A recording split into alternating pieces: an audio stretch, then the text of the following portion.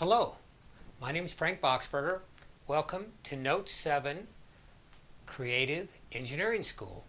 You can get us on note7.com, which you probably know if you're watching this. You could be watching on YouTube, and this is where all our classes are posted on note7.com. If you want to email us for any reason, and especially for the puzzle that we present at the beginning of every show, puzzle, math, equation, riddle, whatever you want to call it, send us your answer at note7school@gmail.com. So we're going to start right away with our puzzle. One of our classes, I think it was lesson 3, we talked about the speed of sound and the speed of light and how it works. So this puzzle has to do with the speed of sound. Most people are familiar with the speed of light. Speed of sound isn't quoted as much because it's heavily dependent on the atmospheric pressure and the temperature and a lot of other variables. We always think of speed of light as a constant, speed of a sound as a constant. They're far from a constant, especially sound, and even depending on whether it's through steel, it's 20 times faster than this. So we're talking, in this case, we're just going to use 761 miles an hour is the speed of sound. So here's a stick figure picture of what this puzzle represents. There's a guy here on a vehicle, whatever it is, that we'll call that him.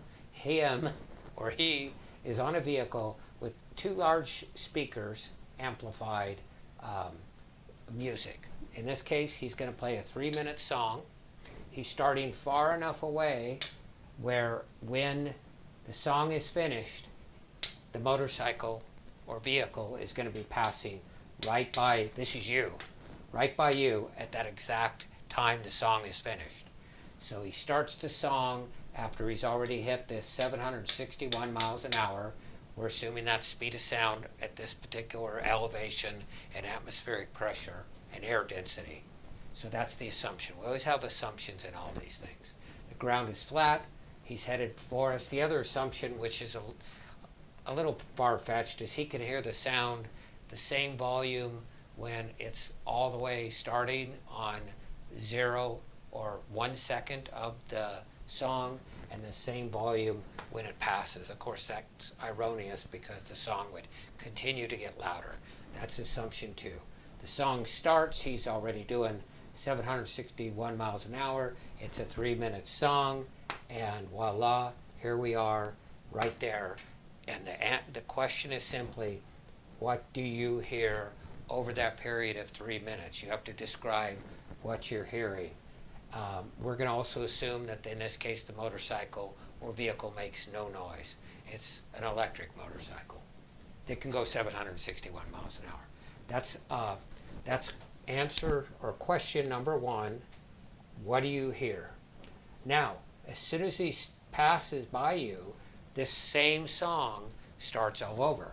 So the split second, millisecond, he passes, the song starts again, and he continues at that same 761 miles an hour. The song plays for 3 minutes. You notice he has a speaker on the back too. Now what do you hear? So question number 2, what do you hear after he passes? Those are the 2 questions. Describe it the best you can at note7school@gmail.com. Okay, that's the puzzle. If you have any further questions regarding this puzzle, qualifying questions or assumptions, also email us. We'll help you so that you fully understand it if I explained it wrong or didn't give enough information. Okay, today in the class I wanted to talk about patents, and U.S. patents is what we're going to focus on. What the reason for a patent is, what can you patent, how do you patent, what's the best way, and how do you get the idea for a patent. So I'm going to quickly say, like writing a song, anything creative, there really isn't a formula for it. So all I can say is a lot of my patents have actually come to me when I see something wrong. I see something, I think, hey, that's really cool. Why didn't I think of that? I walk up to it, it's not exactly what I perceived. And I'm like, but wouldn't that be cool if it was? So my stuff is seeing things wrong and then realizing of what could be.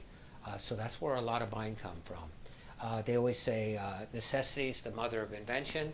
So as you're out in your daily, whatever you do and whatever you love to do and whatever hobby, whatever you do for work, whatever you're creating, when you're working on something and you're thinking, man, this is a tedious task, capture that and think, well, what would make this a better? What would make this easier? Because obviously a patent has to be an idea that can come into fruition that actually helps our life in a better way. Saves us time, saves us money, gives us more enjoyment. So you have to have an invention. You have to state why it is an invention and how it helps mankind. And it has to be something that has never been patented before. And the crazy thing is, it has to be something that's never done before, because now the patent office looks for something that may have been done but never patented it. So you can't just go look at something and say, I'm going to patent that, even though they've been doing it for 3 years. So it has to be a new idea. So that's sort of the basis of it. So you come up with your idea, and like I said in some of the other classes, I think it's better not to tell anybody right away, and I think it's better to continue to develop your idea. Maybe build a prototype, maybe work with it, maybe think about it. People think in categories, so the human brain thinks in categories, and it's almost hard not to think in categories. So as soon as you do eventually decide to tell somebody about your invention, they're going to put it in a category and say, oh yeah, that's already been done, there's something like it, I've already heard of that. That's just because that's how our mind thinks. And there's going to be about 70 or 80% of the time they don't even understand your idea, and maybe even 90% where it's not ever been done before. So don't let that squash you. In fact, that's the reason you don't tell anyone. Whenever you come up with an idea, it's almost futuristic or never been done before to a certain extent. So our minds have to put it in a category and then exclude it as saying that's already been done because we don't understand it. And a lot of people don't want to take time to understand it. In our when you explain a patent, you really have to start from the beginning. We have a family saying an insect has 6 legs. And where that came from is when I was a kid, I wanted to be an entomologist. And so from age 6, I knew an insect had 6 legs. I assumed everybody on the face of the planet knew an insect had 6 legs. So it was only about 2 years ago, I was talking about an insect to some friends, and they said, oh, an insect has 4 legs. And I thought, both these people thought 4 legs? So I went on a journey and just only asked 16 people at random, how many legs does an insect have? And only 9 out of 16 said 6. A lot of them said 8. Some of them said 4. Some said, I don't know. And some basically thought an insect is any small creepy thing, including arachnids and centipedes and millipedes. So where the saying an insect has 6 legs now is, I realize when we're explaining something, depending on who our audience is, we need to start right at the very beginning and explain where we're going, not just start at the end, because a lot of things that we're experts in, we assume somebody else knows. An insect has 3 body parts, a head, abdomen, thorax, has 6 legs, usually has 2 sets of wings, except for a housefly, 3 to 4 stages of life. Who doesn't know that? Well, a lot of people. So whatever you are specializing in, to help communicate, we need to identify what we're communicating and start from the beginning. So don't just assume a person you're talking to about an insect knows anything about them. And so this is just an example. When I say insect has 6 legs, it doesn't necessarily refer just to an insect. Just explain it from the beginning. Okay, now going back to these categories. When you're writing a song, I write a lot of songs. Some of them are posted online there. And when you start a song, we're using only 7 notes. There's infinite amount of songs, but you put together this song and you play it for someone. I'm not kidding. The first time they hear a new song, no matter what song I create, they say, oh, that sounds like so-and-so. Maybe it's Boston. Maybe it's Journey. Maybe it's Pink Floyd. Maybe it's Kansas. All of the above. They will always first say, that sounds a lot like something. You could get discouraged. To me, that's a compliment. But also you have to realize they're only trying to simulate what you've done with something they've seen in the past. So I'm using that as an example because that will always happen. I shouldn't say always, but 90% of the time you're going to present an idea and somebody's going to say, I've heard about it, it's done, it's very similar, blah, blah, blah. And then you might have to go on and explain it further. So don't give up just because somebody says that. Okay, so again, categories is how we think of objects. So with your new idea, nobody's ever thought of it. There's 8 billion people on the face of the planet. It's crazy, but we're all created uniquely. We all have different interests and areas that we're good at, and you can create something 8 billion people have never thought of. That's the encouragement. So now you have this idea. You want to perfect it. You're working on it. So now I'm going to explain a little bit about patents. You can go on USTPO.gov and make sure that's the real website. There's all sorts of fake patent websites that look like that, use the logo, and they're trying to get you to spend money on stuff you don't need to spend money on.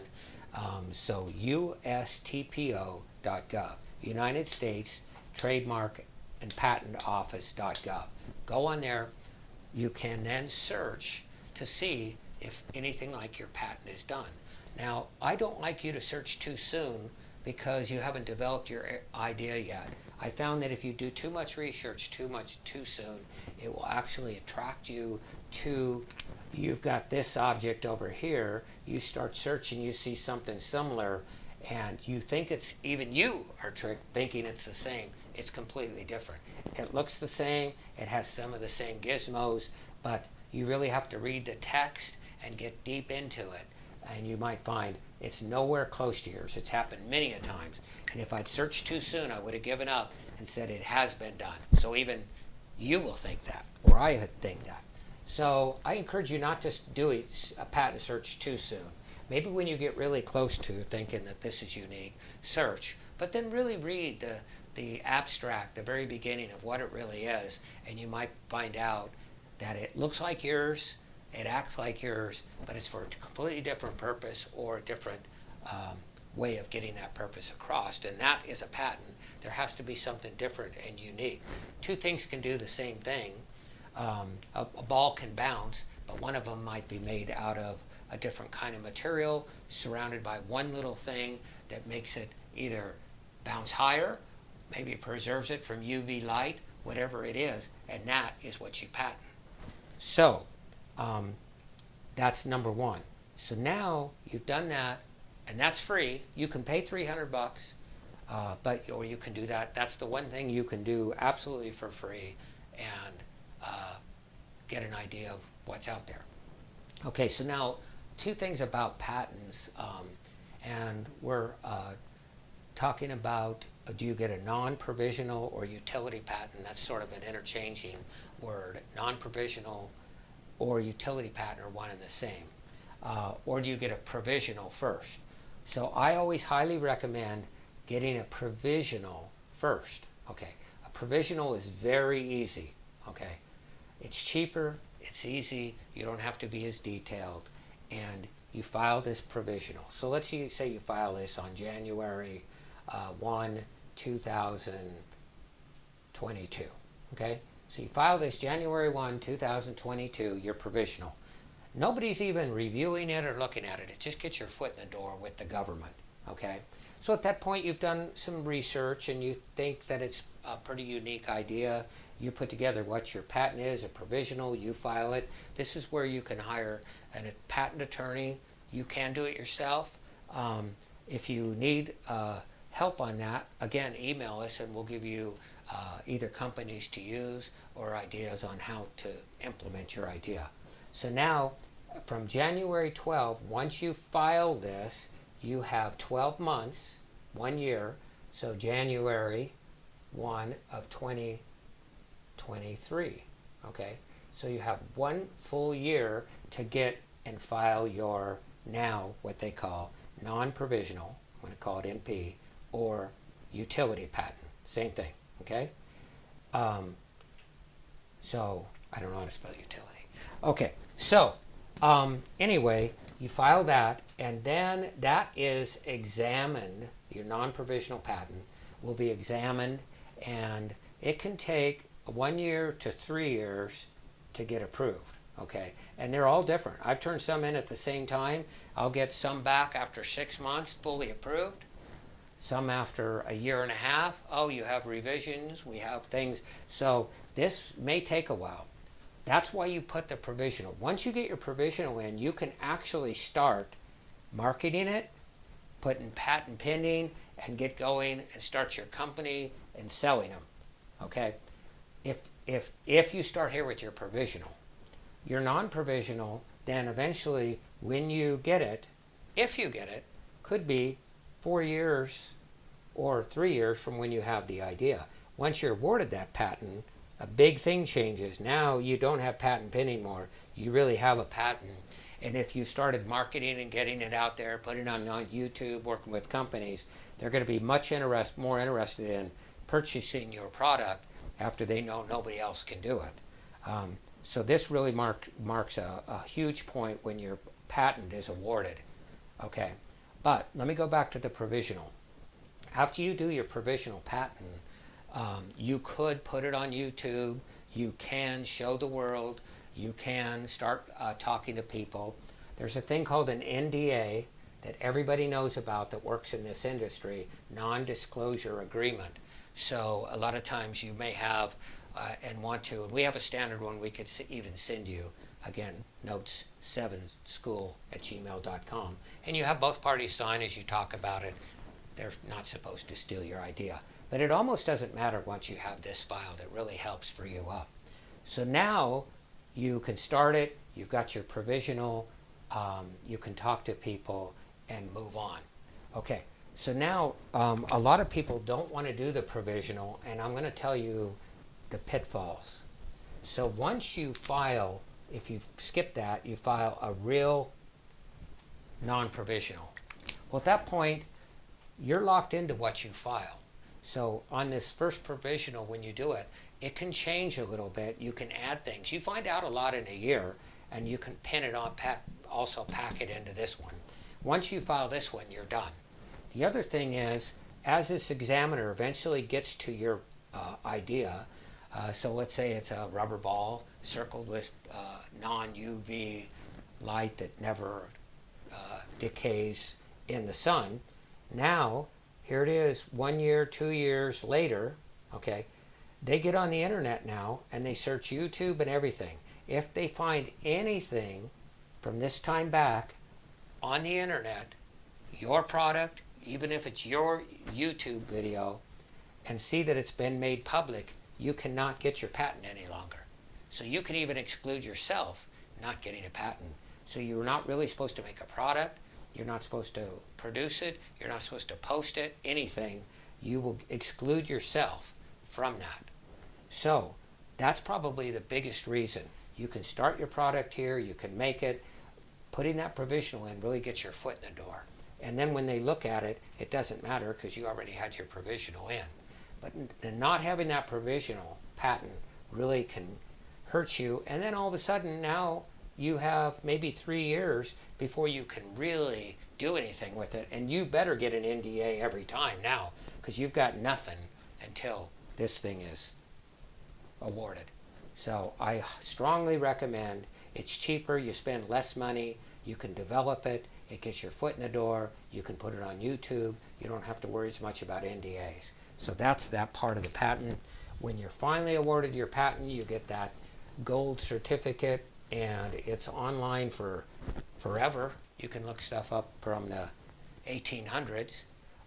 So anyway, you will have your patent. Now, once you're awarded this patent, you get 17 years, and then it expires. Anybody can do it after 17 years. In case you invent something way too great, the world can't not have it eventually. So then it's turned over to the rest of the world, and they get to make it and benefit the, mankind.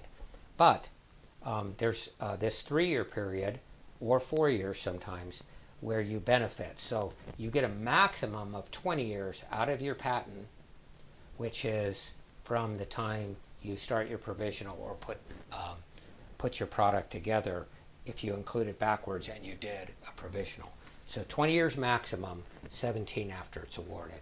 I hope it's not confusing. I try to go fast. That's the overview of a patent. We're not talking about cost and drawings and filing. That's all legal mumbo jumbo work. But the claims you make are really important in the patent. What does it do? Why is it unique? And you can do 1 claim, 12 claims, 15 claims. So that's the overview on patents, ideas, how to get ideas, categories, how to explain it to people when you do need to eventually work it out, and then how to promote it and that kind of thing. On the next class, we're going to talk about personality types. There's 4 main personality types, and so when you do talk to people about your ideas, and it doesn't have to be patents, it can be any idea you have that you want to move forward with, an idea for a new business plan, an idea for anything you have on your creative list, how to best communicate. And so we're going to study the 4 different personality types, so you know how to communicate after you quickly assess what personality type you're talking to. You want to speak their language. Okay, that's it for this class. I'll see you next time. Thank you. Bye.